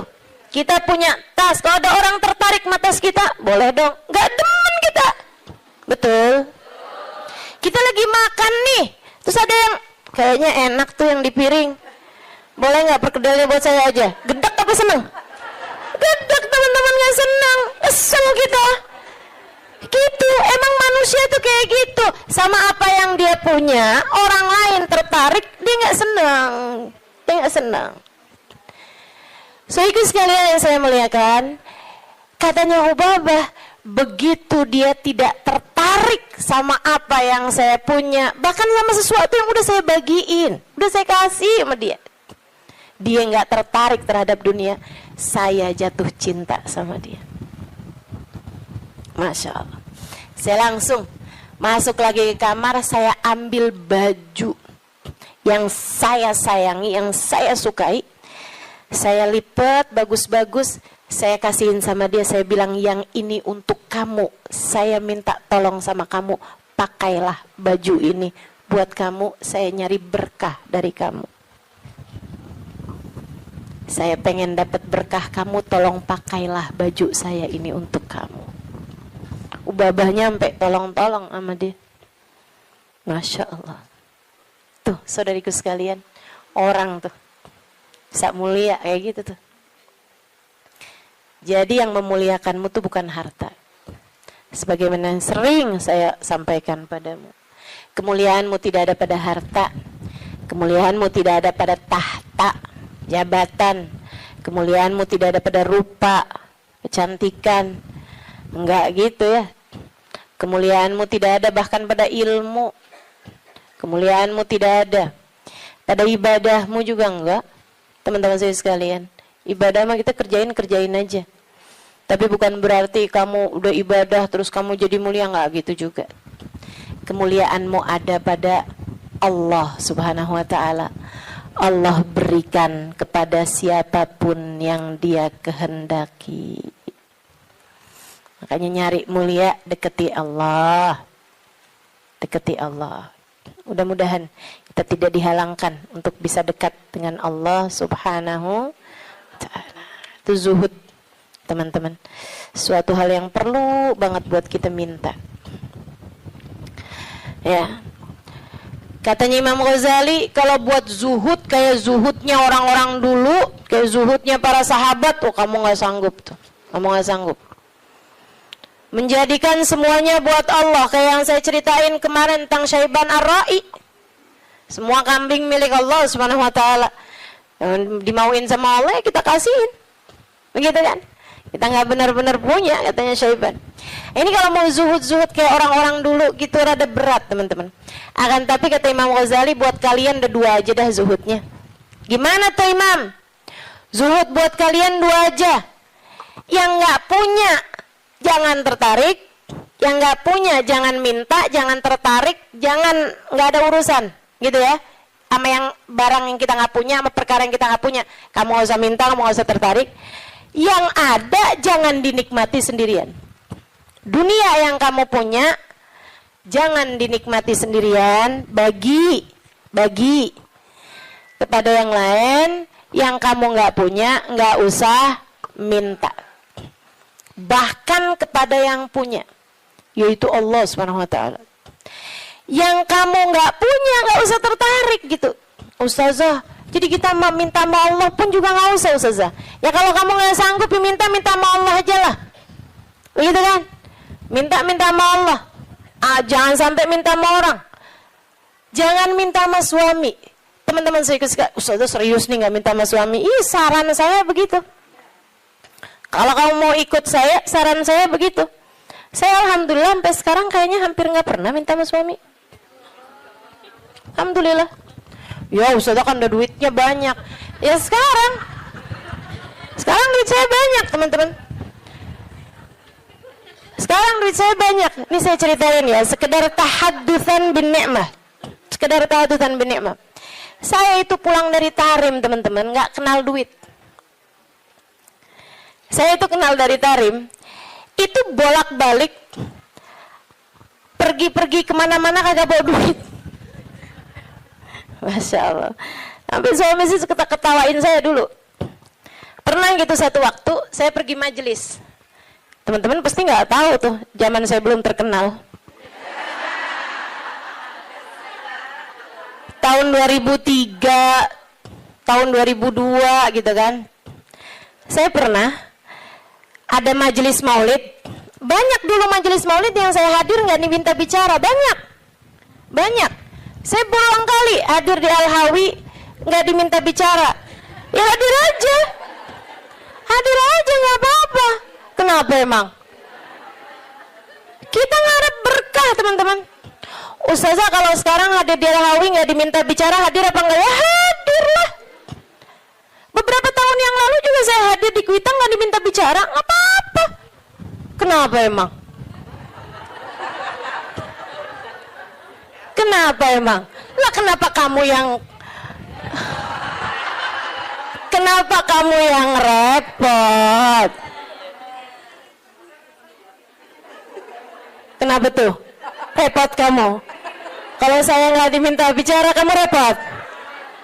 Nggak apa-apa, teman-teman. Emang kenapa? Kita dapat berkah dari hadir. Kita dapat ilmu dari yang menyampaikan. Kan begitu? Kalau kita diminta bicara, ya bicara. Kita diminta nggak bicara, ya nggak usah pengen bicara.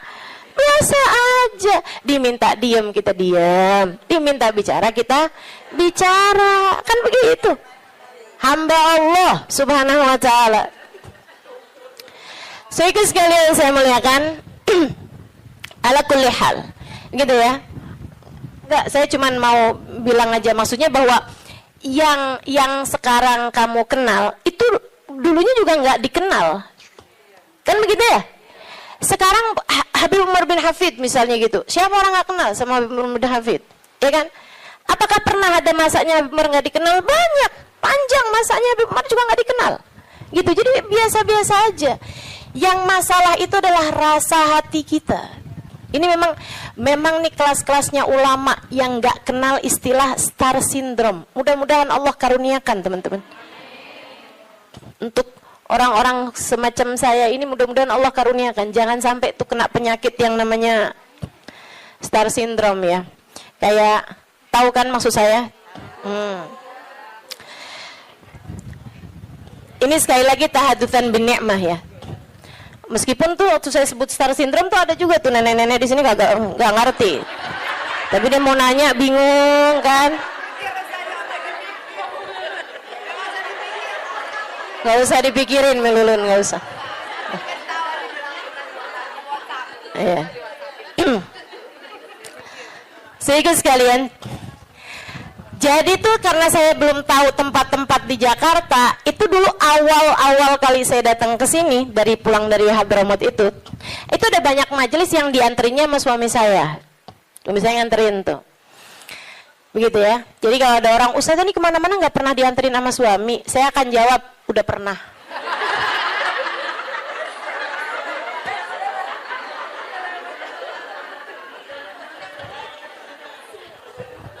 Udah pernah, tenang. Nggak usah kamu sok-sokan bikin iri saya, jemput sama suami gitu kan. Sampai di saat nggak dijemput sama suami sekalipun, turun dari Gojek salim. Gara-gara kebiasaan dianterin sama suami.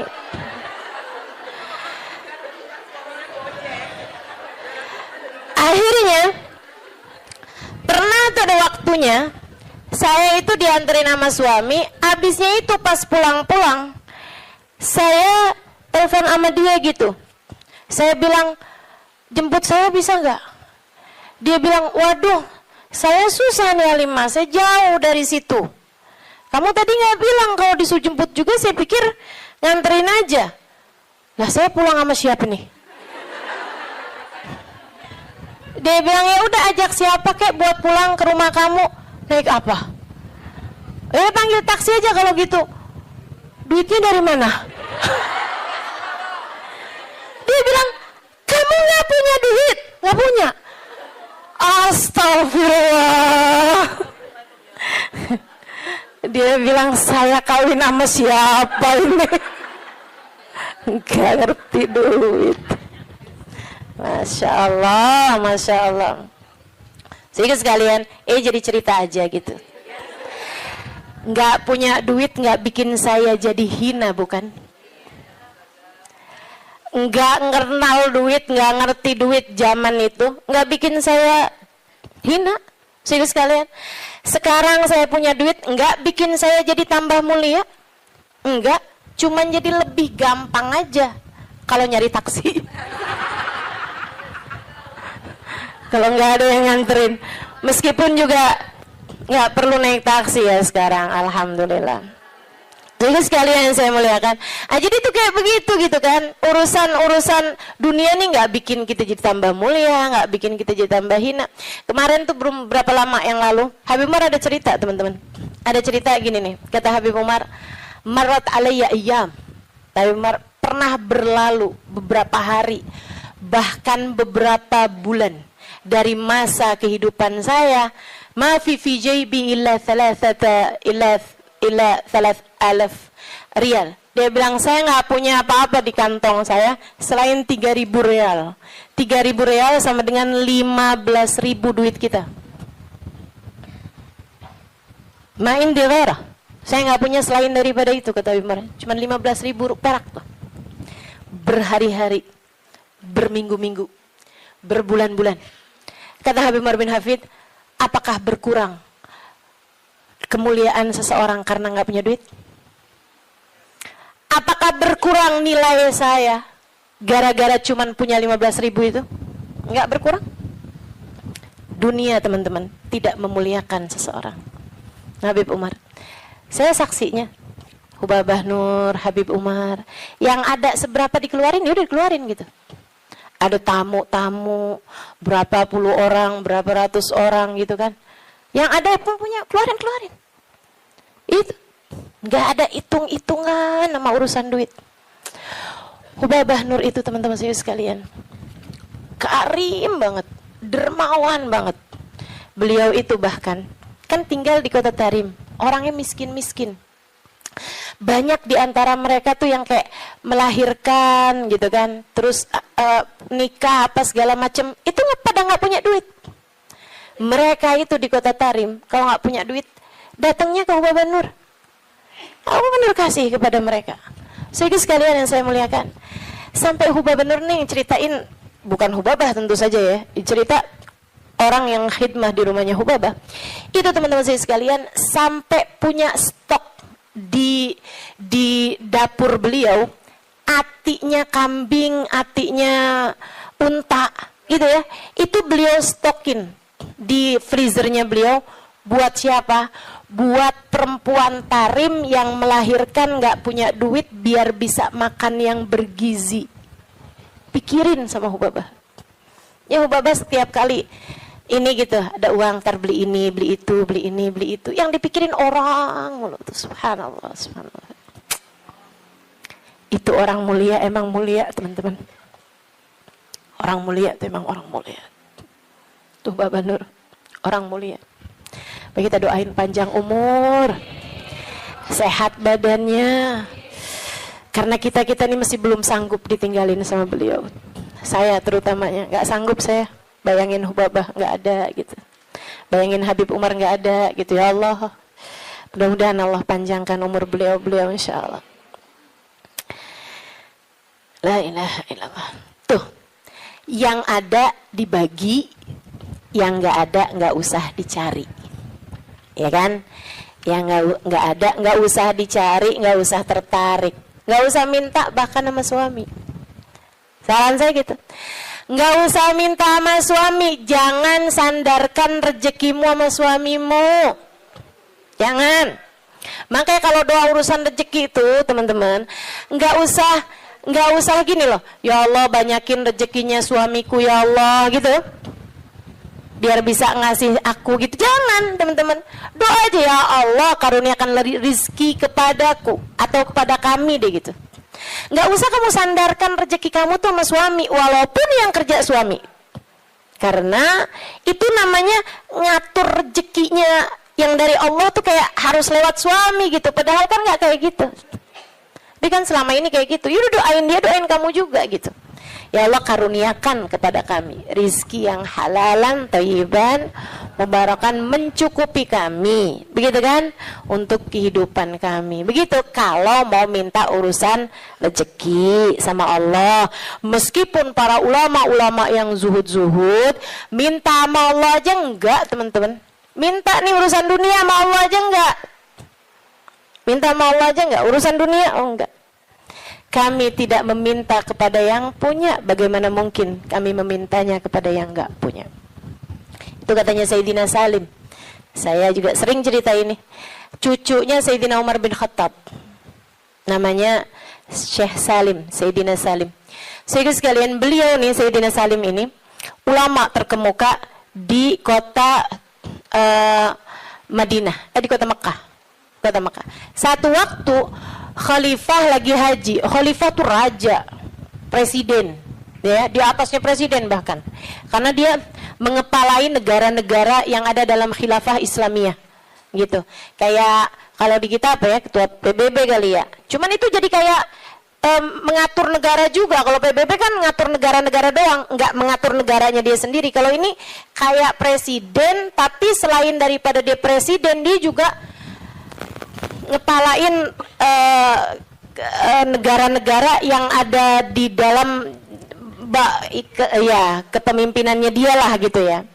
Jadi di atasnya raja atau di atasnya presiden. Khalifahnya tuh lagi haji waktu itu, pas dia lagi mau tawaf di jalan nih mau masuk ke masjid nih, ketemu sama Sayyidina Salim, Syekh Salim. Dia bilang kemudian kepada Syekh Salim, dia bilang, oh, alhamdulillah Syekh ketemu di sini, masya Allah. Nih ya, kalau ulamanya nggak cinta dunia, orang semuanya pada mendekat, termasuk pejabat. Pejabatnya yang berusaha buat ngedekat, bukan ulamanya yang berusaha ngedeketin pejabat. Ya kan? Sekarang kenapa banyak ulama-ulama berusaha mendekati pejabat? Nah ini dia. Padahal menurut saya jabatan ulama tuh di atas jabatan pejabat. Akhirnya teman-teman, Sayyidina Salim mau masuk masjid nih, tahu-taunya ketemu sama khalifah. Khalifahnya pakai kesempatan buat minta doa. Dia bilang, ya Syekh Salim, alak hajak dia. Wahai Syekh Salim, bukan buat minta doa. Dia pakai kesempatan itu buat mendatangkan hajatnya Syekh Salim, karena dia ngerasa dia punya harta banyak, punya kekuasaan, punya apa segala macam. Barangkali, wahai Syekh Salim, adakah kebutuhanmu yang bisa aku bantu? Ada sesuatu kah yang bisa saya bantu? Saya senang banget ditabarrukan sama ulama, nyari berkahnya para ulama. Khalifahnya ini kan udah baik banget ya, udah baik banget nih khalifahnya nih, udah masya Allah banget hatinya sampai bisa kayak begitu gitu sama seorang ulama gitu kan. Bukannya ulama ngajuin proposal, ini malah pejabatnya yang nanya sama ulama tersebut, alak hajak dia, adakah kebutuhanmu yang bisa saya bantu? Katanya Sayyidina Syekh Salim begini nih, maaf, kita lagi ada di rumahnya, saya malu untuk meminta kepada selain sahibul bait. Di rumahnya Allah, sahibul baitnya siapa? Allah. Saya malu nih, di rumahnya Allah saya minta sama selain Allah. Fahamnya pejabat tersebut, oh berarti kalau mintanya udah nggak di masjid, mau nih mungkin beliau, gitu kan? Jadilah si pejabat ini nih kayak semacam nungguin sampai Sayyidina Syekh Salim selesai dari urusannya di masjid. Dan beneran, begitu Syekh Salim keluar dari masjid, disamperin lagi. Ini sekarang udah nggak di masjid nih kan? Samperin lagi sama beliau. Ya Syekh, Khalifah, Syekh, saya mau nanya yang tadi apa ya? Itu yang tadi alak hajak dia, adakah kebutuhanmu yang bisa saya bantu? Katanya Sayyidina Syekh Salim, ta'ni bi hajati dunia hajatil akhirah. Maksud kamu hajat dunia apa hajat akhirat? Ya hajat dunia lah Syekh. Kalau hajat akhirat justru orang seperti saya meminta doa kepadamu biar urusan akhirat kita lancar kan. Kan justru malah ngalap berkah dari para ulama gitu kan. Katanya saya Salim, oh maksud kamu hajat dunia? Maaf, kalau urusannya hajat dunia, saya selama ini tidak pernah minta kepada yang punya. Bagaimana mungkin saya meminta kepada yang gak punya? Yang punya dunia siapa? Allah. Saya malu buat minta dunia sama Allah. Bagaimana mungkin saya minta dunia kepada yang tidak memilikinya, yaitu kamu sebagai manusia. Manusia mau suami kamu, mau anak kamu, mau saudara kamu, semuanya sama. Sama-sama tukang makan rejeki. Tidak ada di antara mereka yang memberi rejeki. Yang memberi rejeki cuma satu, namanya Allah. Kalau kamu harus minta dunia, mintanya sama Allah. Kalau kamu harus minta dunia, ya, kalau kamu harus minta dunia, mintanya sama Allah. Bahkan para kasih Allah, mereka minta sama Allah pun enggak urusan dunia. Mintanya urusan apa? Mintanya urusan kebersihan hati. Mintanya urusan kelezatan ibadah. Mintanya urusan kehusyuan sholat. Mintanya urusan keikhlasan berbuat. Mintanya selamat hidup dunia, selamat hidup akhirat. Mintanya husnul khatimah. Mintanya tetap iman Islam. Mintanya rahmat. Mintanya syafaat. Dan lebih daripada itu semua, mereka minta cinta. Mereka minta cinta. Cinta kepada Allah. Cinta kepada Rasul.